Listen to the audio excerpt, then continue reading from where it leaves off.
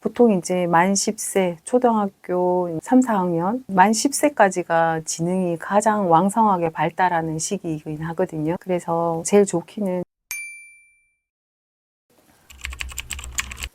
경계선 지능이라 하니 정상과 그리고 인지장애 중간을 경계선이라 할 수 있겠죠. 실제적으로 이제 인지검사를 했을 때 보통 정상 범주가 85에서 한 110 정도가 정상 범주에 들어가는 거고, 이제 70 이하를 인지장애라고 봅니다. 그러니 이제 70부터 84 까지를 이제 경계선 지능이라고 보고 있는데요. 의외로 경계선 지능 분들이 많으셔서 방문들을 많이 하고 있는 실정이긴 해요.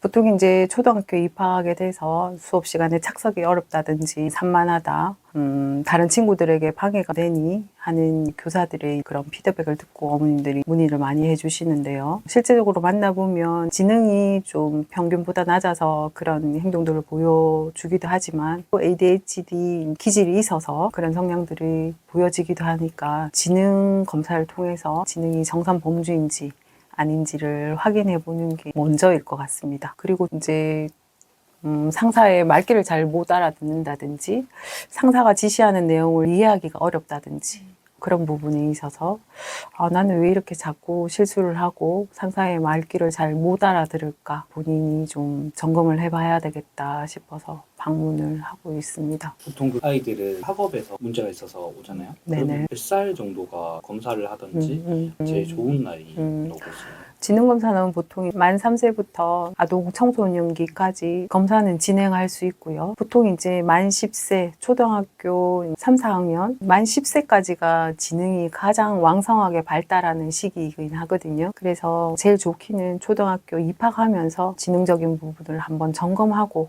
우리 아이가 가지고 있는 강점은 어떤 건지, 좀 부족한 부분은 어떤 건지 확인을 하고 키우시면 훨씬 도움이 되는 것 같습니다. 그러면 경계선 지능은 원인이 있나요? 분명 뭐 지능 발달에 있어서 전체적으로 보면 언어 이해라든지 작업 기억, 지각 추론, 처리 속도 이렇게 이제 좀 세분화해서 볼 수는 있는데, 분명 여기는 선천적인 지능과 후천적인 환경의 요인이 복합적으로 작용할 수 있거든요. 그래서 실제로 이제 정상 범주에 들도록 자라다가 환경에서 실제적으로 그 지능을 좀 깎아먹기도 하거든요. 그러니까 정상 지능이었는데 이제 후천적인 환경에서 적절한 자극이 없다든지 정서적인 방임 환경에서 크게 되면 이 경계선 지능으로 떨어질 수 있는 경우도 있고요. 실제로 이제 만 6세 전후로 해서 경계선이었는데 정말 어머니 아버님들이 열심히 노력하고 그 아이들을 좀 더 많은 자극을 줘서 보통 지능 정상 범주로 끌어올리는 케이스들도 분명히 있거든요. 그래서 어떻게든 이제 조기에 발견되면 적절한 개입과 적절한 치료가 개입이 되면 이 아이는 얼마든지 정상 범주에서 생활할 수 있다는 걸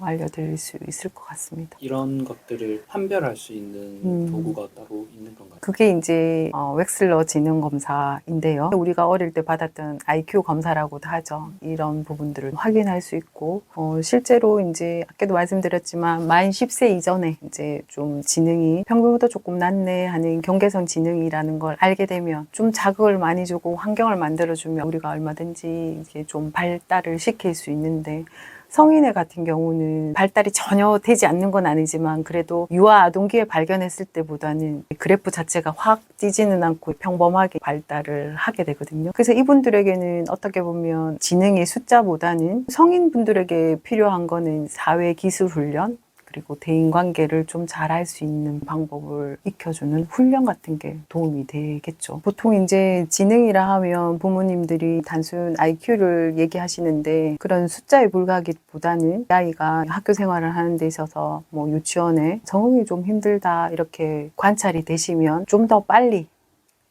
인지적인 부분을 확인을 해서 정상 범주가 아니라고 하면 유아동기에 적절하게 개입이 되면 얼마든지 정상 범주로 넣을 수 있고, 성인 같은 경우 이런 인지검사를 통해서 경계선 지능이다 하면 이분들에게 필요한 거는 사회기술훈련, 문제 해결 능력을 좀 키워주는 게, 어떻게든 이제 우리는 사회관계 속에 살아야 되니까 좀 더 지금보다는 사회 속에서 잘 적응해서 살아갈 수 있는 방법이 되지 않을까 싶습니다.